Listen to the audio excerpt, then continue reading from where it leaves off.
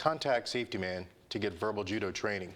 So in light of keeping people safe, I'm with a good friend and colleague, Dr. Jordan Barnett. He's got so many different things other than just MD, medical doctor, after his name. I want you to kind of talk about, yeah, we're not worried about corona. Yeah, we're not going to coronavirus here. We're not going to get corona here. Yeah, but we've been talking about getting a Corona beer after this, after in light of everything that's going on, right? Indeed, with limes for vitamin C. With lime, right, exactly, because the vitamins will help. Well, like you, I do 3 things also. Okay. So I actually am an actively practicing emergency medicine physician. Right. I am an educator as well. I am involved with both having established the EMT curriculum and the EMS curriculum with the Department of Labor's Job Corps program in Philadelphia, as well as All States Career School. And I'm the medical director for one of the second largest EMS systems in Burlington County, which is Mount Laurel's. Right. So that's the second thing. And the third thing is I'm an entrepreneur and an educator. Okay. The entrepreneur side of things is I have set up a company years ago called EMS Consultant Group, and it actually provides management and EMS direction for private and municipal ALS and EMS agencies. We've even had projects as large as revamping the EMS protocols in Washoe County, Nevada. Oh, wow. So, yeah, 3 things just like, right. You know, and so for the lay person who may be watching, EMS stands for Emergency Medical Services. And basically there's ambulances that would show up to your house? The ambulances, the first responders, and well, it's actually how you and I met as well.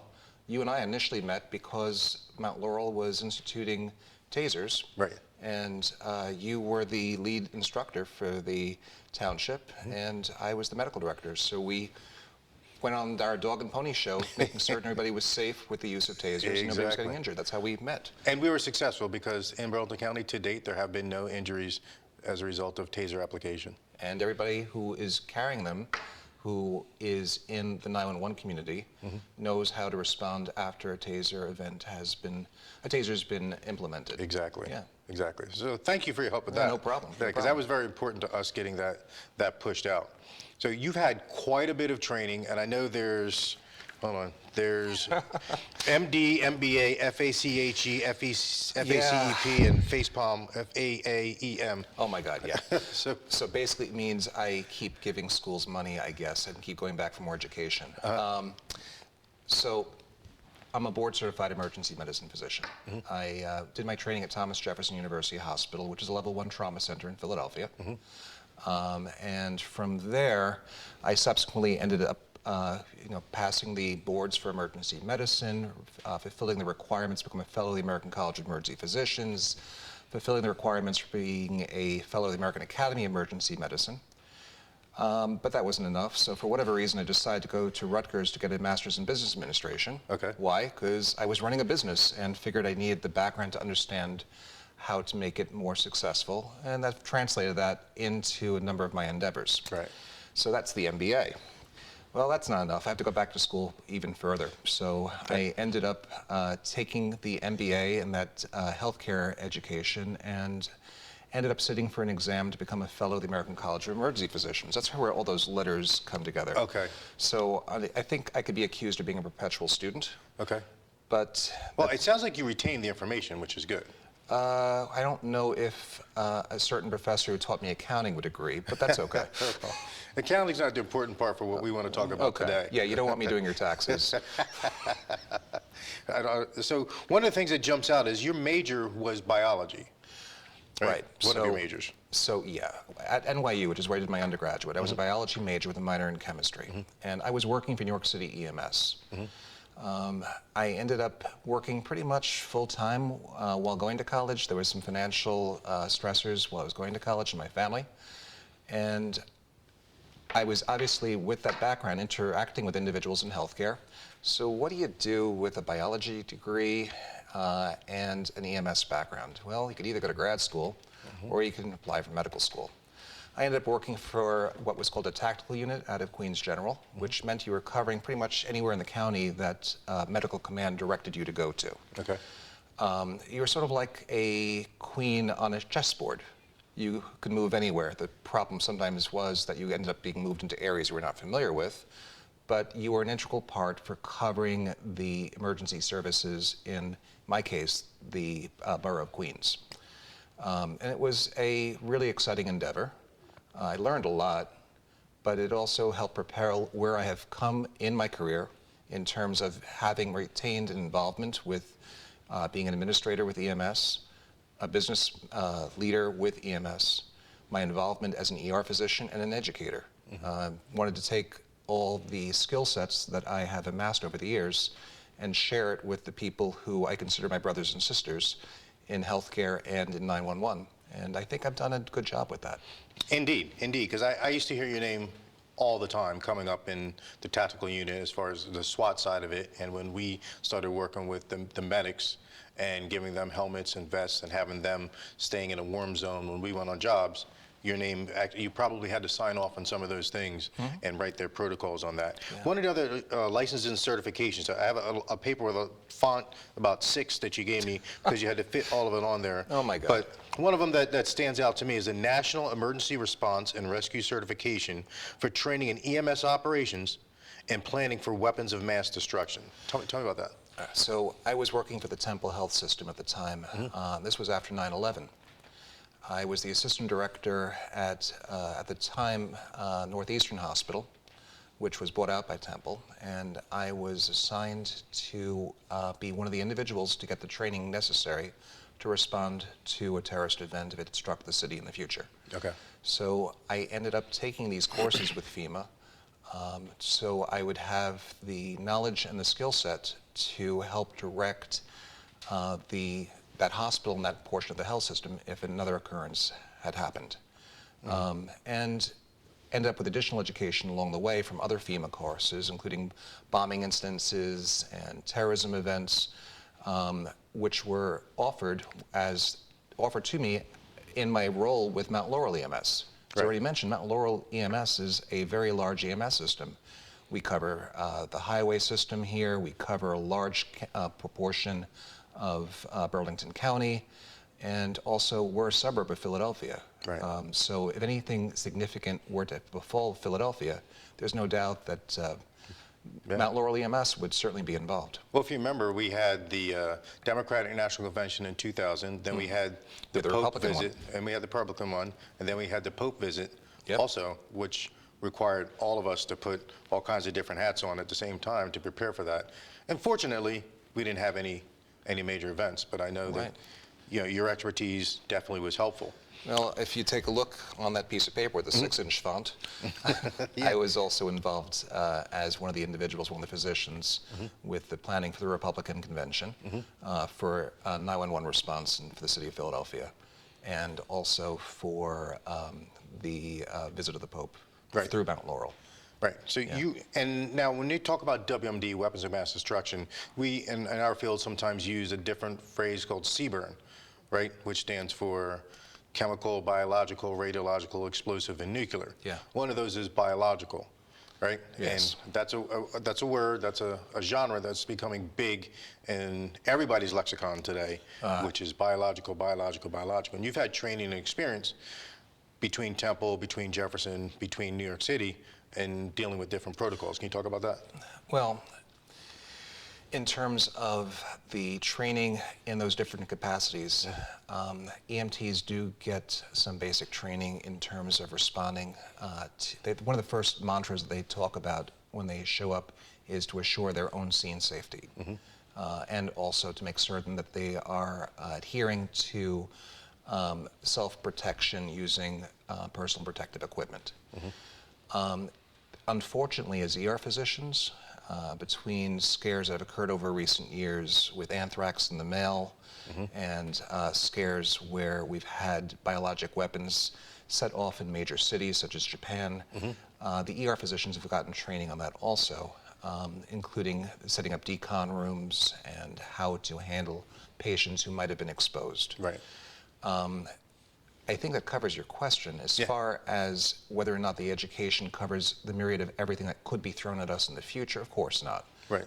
So one of the reasons that I keep being a perpetual student is you can't do this job without having to constantly keep your nose in the books. Exactly. So that's why you see all the 6-inch font there. Yeah, and that's why I invited you on here, because this is something that a lot of people are talking about. And my goal is, I don't want to fight the situation with fear. I want to fight the situation with facts. I'm glad you said that, Yeah. because there's also a lot of xenophobia that's going on right now also. Yeah. You hear stories about how people are not eating at Chinese restaurants or considering people of Asian persuasion as being almost lepers. Right. There's such misunderstanding. And if anything, these are our brothers. We're all Americans. We absolutely are. We're all humans. We're all Americans. And if that were going to be the case, that we're going to shun people from China, then that means you can't eat at any Italian restaurants, because there's a huge hot pocket In northern Italy. in northern Italy where they attempting to quarantine 16 million people. So, you know, stop shunning, stop doing that. Practice our standard safe protocols, which we're going to get into a little bit. Yeah. There's one other thing I wanted to touch on. I was looking at from December 99 through 2004, you were with Temple Health System, and you helped restructure the health system with hospital closures, reorganization, and you had a lot to do with helping that. Can you talk about that? Sure. I ended up taking on, I was brought on at Episcopal Hospital before it was bought by Temple as the deputy director.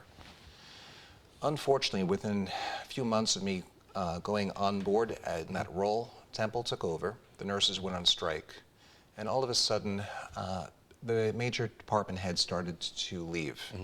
I was reassured, hey, no, this is going to blow over. They're just playing, you know, they're playing, Dollars and cents. Dollars and cents. This is going to blow over. And all of a sudden, I discovered that the director was also leaving.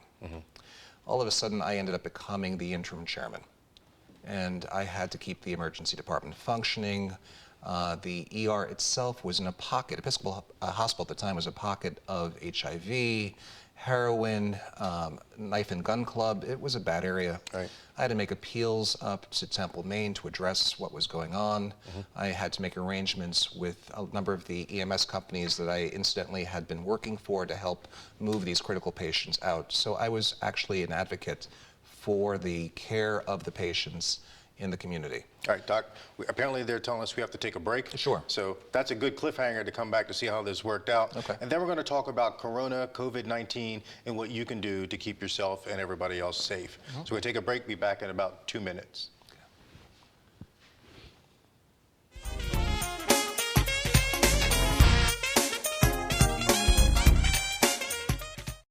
Shelter dogs aren't broken. They've simply experienced more life. If they were human, we would call them wise. They would be the ones with tales to tell and stories to write, the ones dealt a bad hand who responded with courage. Do not pity a shelter dog. Adopt one.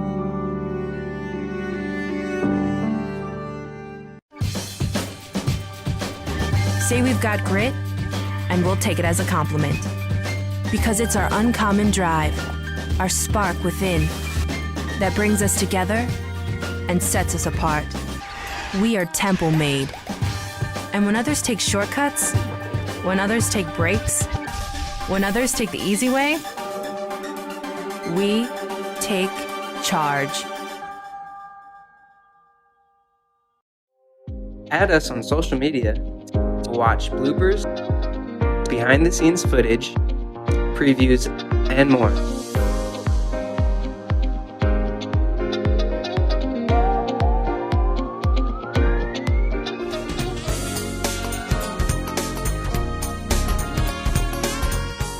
It's not my favorite beer, though. No, it's not my favorite beer either. However, I want to hear how we took Temple when it was going through some challenges, and Dr. Barnett here did some things to help Temple get better. So can you finish that, please? Oh, yeah, absolutely. So, as I already mentioned, I was an advocate for the patients and the needs of Episcopal Hospital, making appeals up to administration. Subsequently, Temple had made decisions that they were going to turn Episcopal into a freestanding ER with a psychiatric hospital attached to it, so they moved me over to Northeastern Hospital as the assistant director. And I was involved there with medical affairs and the events that we talked about, such as the Republican National Convention, the response to setting up a system in place in case of another terrorist attack, hence the FEMA training. And I was there for a number of years until I was offered the opportunity to go over to Women's Medical as the interim chairman when the hospital was rebuilding. Okay. Unfortunately, the hospital went bankrupt, and that's how I ended up at the hospital system I'm at now. But it also opened up the door for me to take on all these other endeavors where I can fulfill my passions. And that experience had to be extremely beneficial to what you're doing now. Oh, I learned from the seat of my pants how to be an advocate for patients. I learned P&L. I learned how to P&L. Profit loss. I had to make certain that the finances were in place for certainly for Women's Medical Center. I had to make certain that the needs of my staff were taken care of. It was a huge education by fire, thrown into the fire pan. And I'm glad that subsequently I got the MBA. Yeah. Because I kind of wish, retrospectively, I had that education to begin with. Now, you put yourself into another frying pan to advocate for patients when you went to Haiti. Haiti. Tell me about that. So I ended up making a really good friend at Rutgers. Her name's Rhoda Malivert. She and I clung together when we were in the MBA program because the two science nerds were surrounded by all these fellow students who were all in banking and business, and we were scared. So my friend Rhoda, who was Haitian, she and I basically, we went through the MBA program wonderfully because of the support we gave each other. Right. But as a Haitian woman, she has a lot of passion for her native country. She's a Haitian American. Right. And she's engaged or is dating a gentleman named Johnson Napoleon, who is a millionaire, who is an American as well, but Haitian born, whose interest is improving the lifestyle and the health of his fellow Haitians. So Rhoda reached out to me and said, listen, Johnson has set up a nursing school, and he's planning a trip down to Haiti to provide care to the local clinics and hospitals. Would you like to come? Right. Immediately when I saw Rhoda's email, I said yes, but I didn't think the whole thing through because it was also Haiti in July. Right. So I had no idea what I was getting myself into just from terms of the heat, but it was quite an experience. I mean, the people down in Haiti are wonderful individuals. They looked out for us even when our bus broke down. Right. The people there are in such terrible need. The country hasn't even recovered from a natural disaster that occurred years ago. Right. I would like to do it again this year. Unfortunately, I've got a issue that needs to be addressed, which I have to see if that could be resolved first, a little health issue. I've got some minor surgery coming up. Okay. But after that, if I'm well enough, I'm planning to go back down with one of the nurses who is running another program down there this summer. So what I'm gathering, and this is why I invited you here, is you have the training, the experience, the accolades, and the real world immersion in places where communicable diseases can run around, where PPE, protecting yourself, is good, where advocating for the patient is good.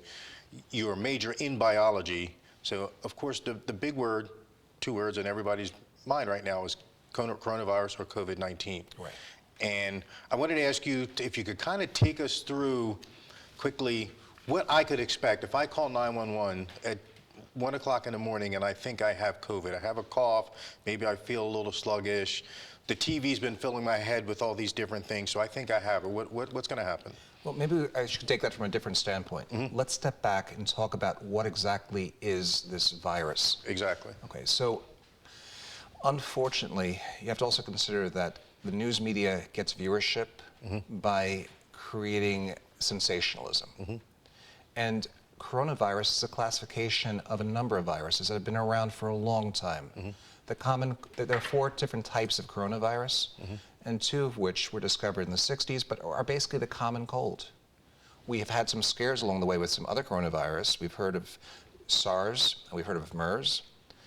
Well, this most recent coronavirus is just another virus that has been identified, which did have its first appearance in China, and they believe it came from reservoirs of bats, from animals. The reservoir for a lot of these viruses is animals, and they go through an animal host that's been around for thousands and thousands of years.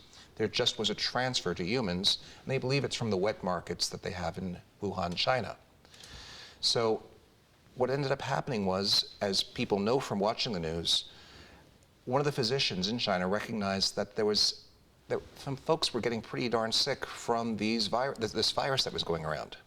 And allegedly there was an attempt to quiet him, and eventually China clamped down and had a decent response by trying to contain the virus.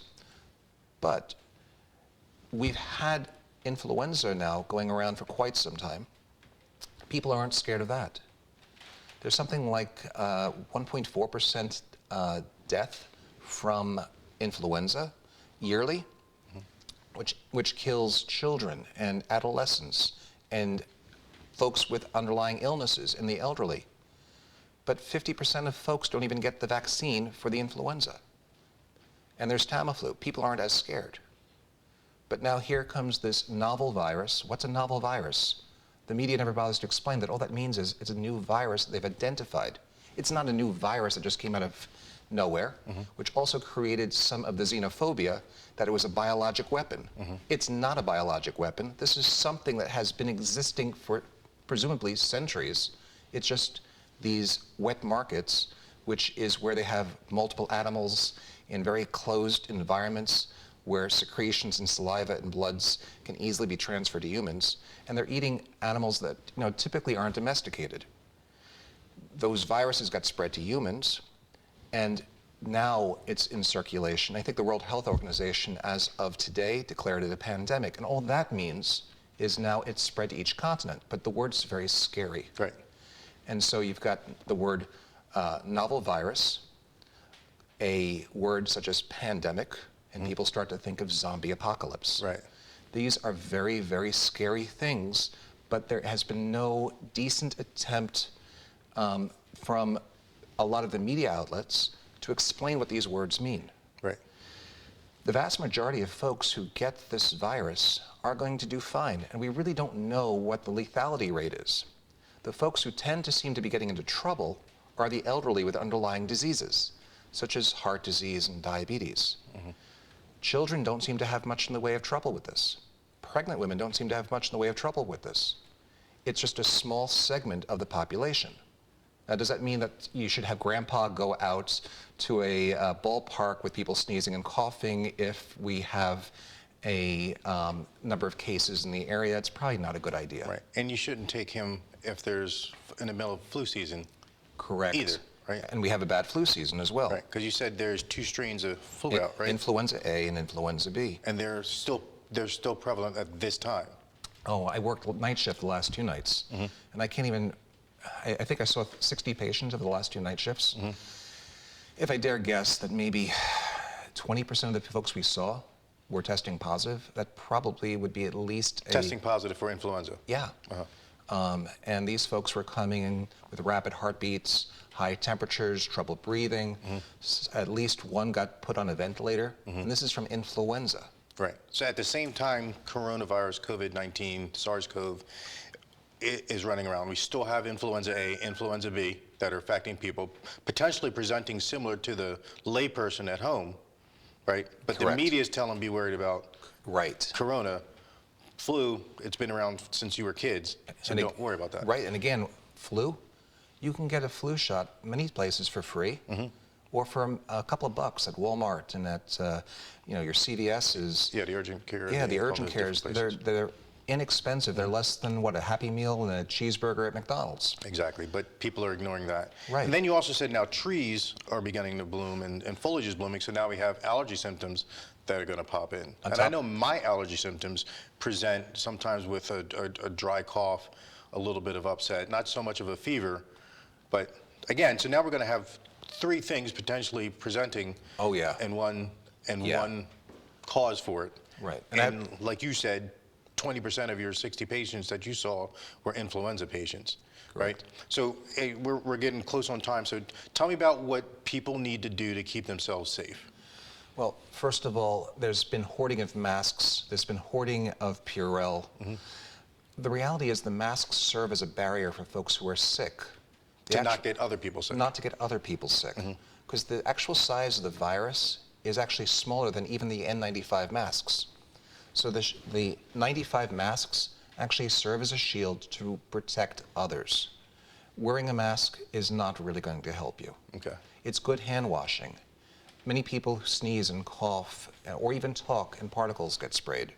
So it has to do with personal distance, being aware that if you are sick, to protect others around you. Hand washing, the run on Purell, soap and water. I have to admit, the nurses, if they were here, would be joking and teasing. I keep Purell at the desk when I'm working at the hospital. Of course. But the reality is soap and water does a very decent job at eliminating the virus because we touch our faces all the time. Yes. So good hand washing, good hygiene.